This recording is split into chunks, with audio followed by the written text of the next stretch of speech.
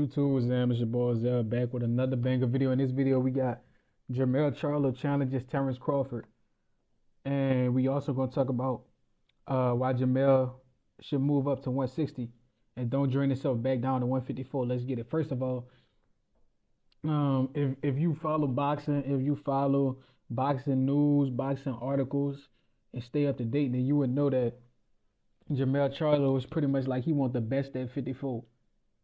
So that's like him indirectly challenging Terence Crawford because we know that there's only one pound for pound fighter at 154 pounds, that being Terence Crawford.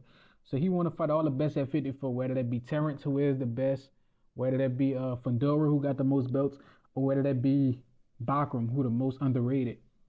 But yeah, bro, Jermell Charlo.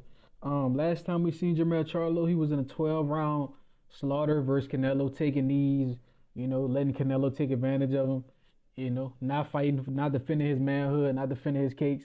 That's like if you go to jail and let a dude take your cakes, allegedly. I'm not trying to say he lost his cakes, but I mean, that's what it looked like. Like, dude was just having his way with him, and he ain't even put up a resistance. You feel me? Every time he threw something, it hurt Canelo, it backed him up, but he didn't throw. It's like he didn't have that pride, that respect in himself. He called himself Lions Only, but he turned into a cub when he got into that ring with Canelo. And I used to fuck with Mel, because Mel was cool with Errol, and I still like Errol. Errol, one of my favorite fighters.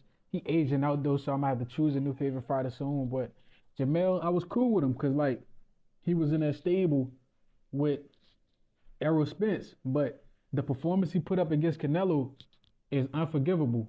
What he did versus Canelo, I would never respect or understand what happened.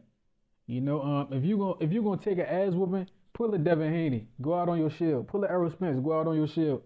Pull up, like do something, fight back. But this dude taking knees, not fighting back, and then after that he loses all his belts and loses out on all his big opportunities. Then he goes MIA for 15 months. I just told you the last year and a half of Jermell Charlo life. Then he got into all type of drama with his baby mom and all type of DV cases and crazy. It was crazy what he got into, bro. It was crazy. But yeah, he challenging the whole 54 class. I think is honestly stupid because you already cleaned out 54. All them dudes they fighting for your scraps. So I think that Jermell should move up to 160 so he don't have to drain himself anymore. Because usually when we see fighters go down in weight once they moved up already, we see their performance suffer. The prime example of that is Roy Jones. Roy Jones moved up to heavyweight and won. His body got used to being a heavyweight, and then he tried to come back down to 68, I believe, and he was never the same. He was never the same after that. So your performance will suffer if you get your body used to being at a higher weight, then you try to force it to be comfortable at a lower weight. Your body will suffer. Your performance, your muscle, your endurance, your reaction. People don't understand. Once your cerebral fluid is drained out of your brain, once you dehydrate yourself to make weight, you lose muscle, you lose fat, you lose energy, you lose reaction speed, you lose all type of shit. So being a weight bully, you got to pay a cost to be a weight bully. You got to pay with your muscle, your fat, your energy, your reaction speed. You got to pay. And Jermell Charlo, I don't think he should be away from the sport that long. I don't think he should come all the way back down to 54 again. If he gonna fight again, move up to 60 or stay at 68, one of the two, and most likely 60 because Jermell Charlo can make 160 at home. If he make 160 at home, maybe one of those guys at 54 move up and fight him. Shit, maybe he can get a fight with Boots. You never know. Jermell Charlo versus Boots would be a crazy selling fight. Two athletically gifted guys. Obviously black American fighters, so they should put on a great fight for the culture. Black fighters do a lot of the times fight harder against each other. We saw Errol Spence and Terence Crawford, they fought hard against each other.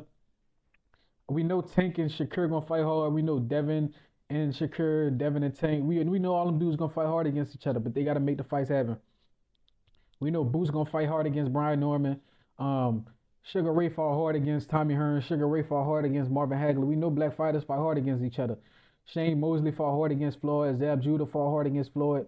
B Hop fought hard against Roy Jones. James Toney fought hard against Roy Jones. Lennox Lewis fought hard against Mike Tyson. Buster Douglas fought hard against Mike Tyson. Evander Holyfield fought hard against Mike Tyson. So every era where there's elite black fighters, multiple in the same weight division, they fight hard against each other. And Jermell Charlo, that's what he could have had, if he didn't do what he did with Canelo, if he didn't sell out his record, his name, his body, he sold his soul allegedly to Canelo, bro. Like dude, body and name was up for sale. He taking knees, looking up to the white man. I mean Mexican Canelo Alvarez, bro.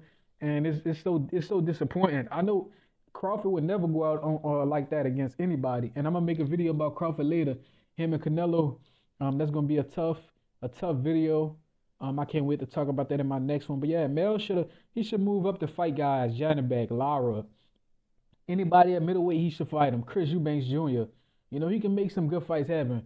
Make a whole lot of money, fight guys his size, and come to win, bro. Don't sell your soul. That's why they say all money not good money. You made $20 million. You lost all the respect we had for you.